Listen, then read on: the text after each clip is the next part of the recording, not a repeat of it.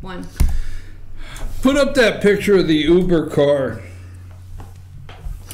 Now, man, I want to know, what do you think? We're back. I'm your host, BKP. What do you think of... Is a car that dark? Yeah, okay. What do you think of self-driving cars? Are you ready for it?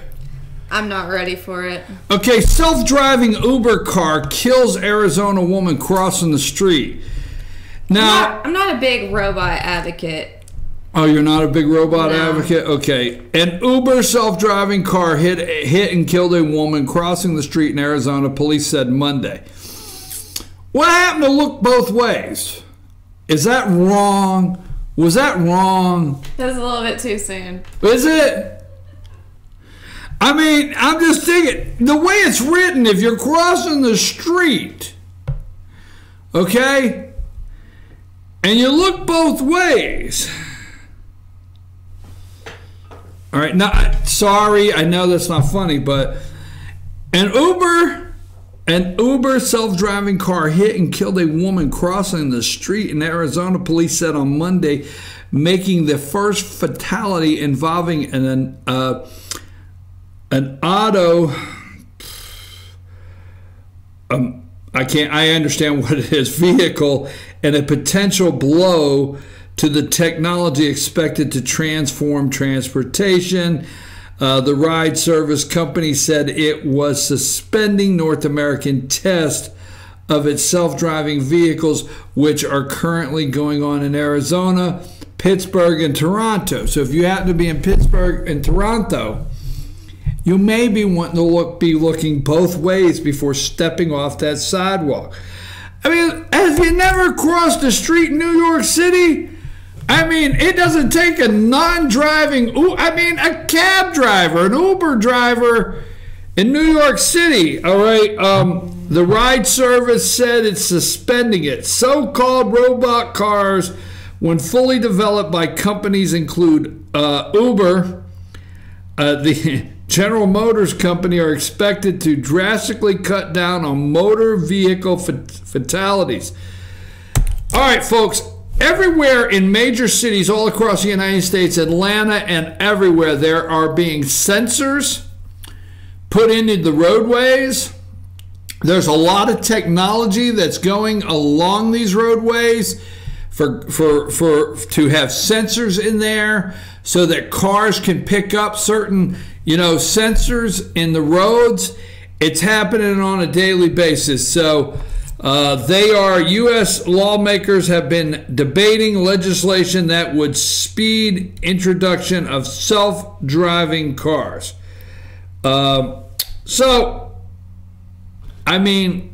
Uber just got run right over, right? How come I haven't heard of this? What?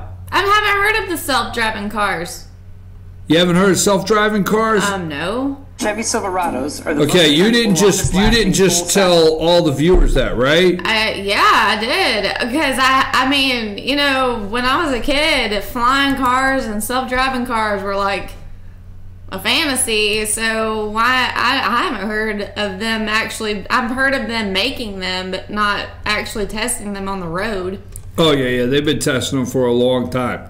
Yeah, they've been testing for a long time. Self-driving cars. So, okay, folks. What do you think about this March for Our Lives coming up?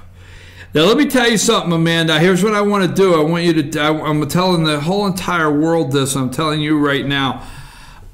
We have a general idea, but when is this? Take that Uber driver picture down. When does March for Your Lives take place? Is it this coming Saturday?